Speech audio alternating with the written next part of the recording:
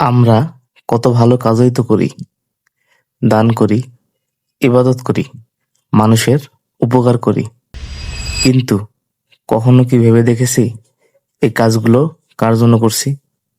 মানুষের একটু প্রশংসা আর কয়েকটা লাইকের আশায় যখন আমরা আমাদের ভালো কাজগুলো প্রকাশ করি, তখন অজান্তেই আমাদের ইবাদতের সওয়াব শূন্য হয়ে যায়। রাসূলুল্লাহ সাল্লাল্লাহু আলাইহি সাল্লাম বলেছেন, আমি তোমাদের উপর যে জিনিসটিকে সবচেয়ে বেশি ভয় পাই তা হলো ছোট শিরক, অর্থাৎ রিয়া বা লোক দেখানো আমল।